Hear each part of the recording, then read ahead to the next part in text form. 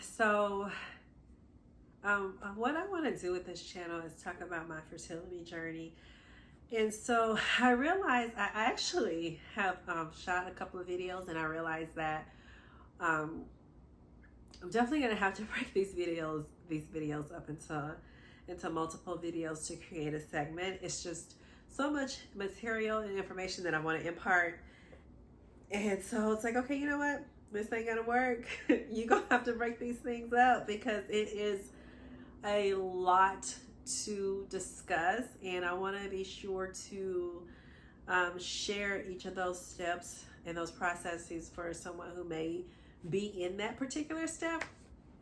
So I am going to discuss today what made me realize that I needed to start, or that I may be experiencing some infertility. So um, I have been on this journey for a long time now. I'm 40 years old, and I started to realize that I may have an issue with conceiving a child around 25, 26 years old.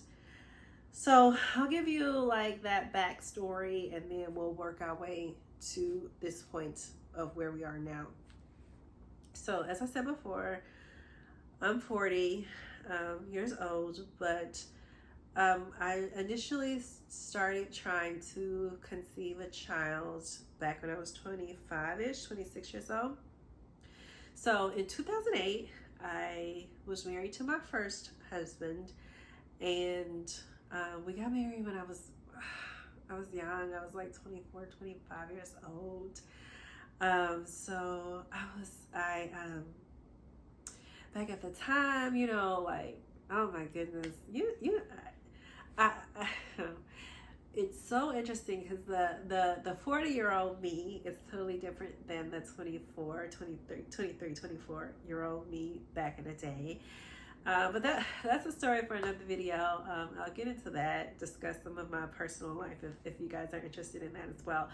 But I got married when I was young, did not think at all that I was going to have an issue conceiving a baby. Just, my mom is really healthy.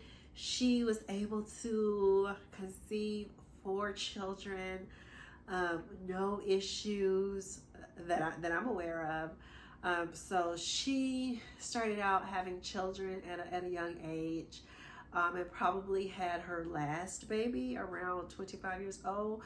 So she had no issues conceiving children. She's helping my grandmother, both of my grandmothers. They didn't have any issues conceiving a child. I had never heard of anybody experiencing infertility, so this is really, really new to me. At the time, at 25, it just never crossed my mind that would be an issue for me. And certainly not fast forward 15 years, but I'd still be experiencing issues with fertility. So got married young, 2008, and did not plan for children right away. So took birth control for about 6 months, 7 months into the marriage. Decided that I did not really want to be on any hormonal medication of any kind, so got off birth control and just was like, I'll let nature take its course. I was not actively trying to, get pregnant, but if it happened, it happened. Wouldn't be upset about it. So unlike a lot of 24, 25-year-olds, I was actually very, very stable. I had a career. I graduated at 22 in engineering, so I had a career.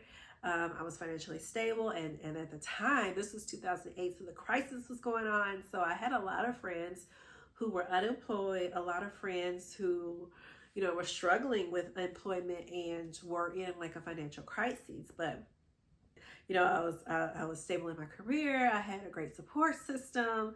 I had a good marriage at the time. And so I had a great family. And I felt like if I got pregnant, cool. If I don't, then that's great too. Because I was still young. I was still young, so my mom was still going out and stuff. So whatever happened, happened. So I was just kind of you know, we weren't really thinking and actively trying to have sex, but if it have a baby, we were having sex, have a baby, but if it happened, it happened, right? So 7, 8 months after getting off birth control, so maybe about a year and a half into the marriage, roughly, I was like, huh, you're not pregnant. You're not pregnant, and this may be an issue, because I was starting to be concerned. So I talked to my gynecologist about it, and you know, he was like, you're healthy, you're young, I don't see that being an issue. He prescribed me some Clomid to stimulate ovulation. We started tracking my ovulation cycle, because I wasn't. We started tracking my periods, and you know, first we checked to see if I was ovulating. I was every month. So then we started tracking that in my period, and my husband and I started having planned intercourse. So we started planning to have sex whenever I was most fertile. And nothing occurred. Like, we went through that for about 3-4 months. I did not conceive a child. And so then my gynecologist prescribed or sent me to like imaging to get an HSG test. And what that is they insert a dye into your fallopian tubes. So it was a blue dye. They inserted that dye to see if my fallopian tubes were open. They were open. The left tube, the dye flowed freely. The right tube, they kind of had to force that dye in and kind of force the tube open, I would say, like, because you can see like the liquid on the screen as it's flowing through your fallopian tubes. So on the left one, it flowed freely. On the right one, it was kind of I don't know, not free flowing, like it kind of had to be forced in, and so the dye didn't flow freely, and I could feel it in my internal system, like that they were forcing it in, right? So that did occur, but the determination was, even though it was difficult for the dye to flow freely into the right one, they determined that both my tubes were open, because by the end of what they'd done, the dye flowed freely. And so that wasn't an issue. So my doctor was like, okay, you're tracking your ovulation periods. You're still not getting pregnant. He's like, you know what? My wife needed help getting pregnant. She went through IUI. And it was not an issue. She got pregnant using IUI. And I was like, okay. So we went through 3 rounds of IUI. And then my gynecologist was like, you know what? I don't know what to tell you. And if you're going to need a fertility doctor, then that's something that I can't help you with. That's not my specialty. And at the time, I lived in Corpus Christi, which is a really small, I mean, it's not that small, but it's a small city, and it did not have any fertility specialists. And the closest fertility specialist was about 2 hours away in San Antonio, which is a major city. So I was like, okay, well, that's a commitment. So I ended up switching doctors, actually. I just was like, you know what? This gynecologist, I didn't really like his method or his practice. I mean, looking back, because, I mean, you know, hindsight is everything. He did what he thought was best. And it was kind of like a one-size treatment fits all. Like, it wasn't necessarily catered to what I needed, but it was overall what he thought was best. I was healthy. He prescribed Clomid, which is a really popular medicine at the time, maybe even still, and he did do 3 IUIs, which was a really easy, low-cost procedure. So it was a really quick method to try to help me conceive. They were just unsuccessful, but he was very apathetic, and that's what I did not like. Like, he just kind of made it seem like my fertility was not a big deal. It wasn't like the fact that I wasn't conceiving just was normal, and that eventually it would happen, and that I was kind of worrying for no reason. Because I did have age on my side at the time. I would agree with that.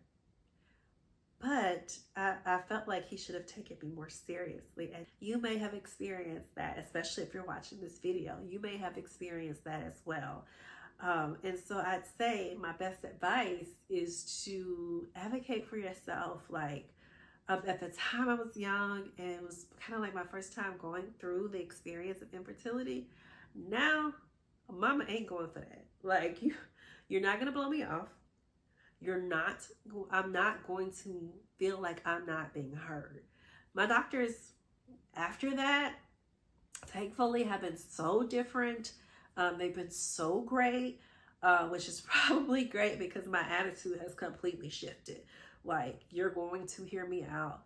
You're going to help me, or I'm just going to find someone else. Like I'm just a different person. I'm older. I'm more mature, and I've certainly experienced tons of things when it comes to infertility that I would never go for, like that nonchalant, you'll be okay, you're 25 years old type attitude. But again, that was probably his greatest sin, if you will, because he did try. But bedside manner is important. It's extremely important, especially when you're dealing with something as fragile and as emotional and as overwhelming as trying to expand your family when you really want to. Expand your family when you've been told that all you needed to do was have sex. Because back in the day, I was afraid to have sex because I didn't want a baby. So I'm thinking the minute I have sex, I'm going to conceive a child. And it has, Lord knows that ain't been the case. So, child, that has not been the case. So anyway, I probably was with that doctor for about a year. So that would have made me about 27-ish. So 26, 27. Probably was with him for about a year and decided, you know what, I need to switch doctors. So then I switched doctors to a wonderful gynecologist. His name was Juan Cáceres, and he was just the greatest greatest gynecologist that I worked with over the course of this period. He eventually retired, but I love some Dr. Cáceres. So anyway, I'll get into the experience of working with Dr. Cáceres in the next video.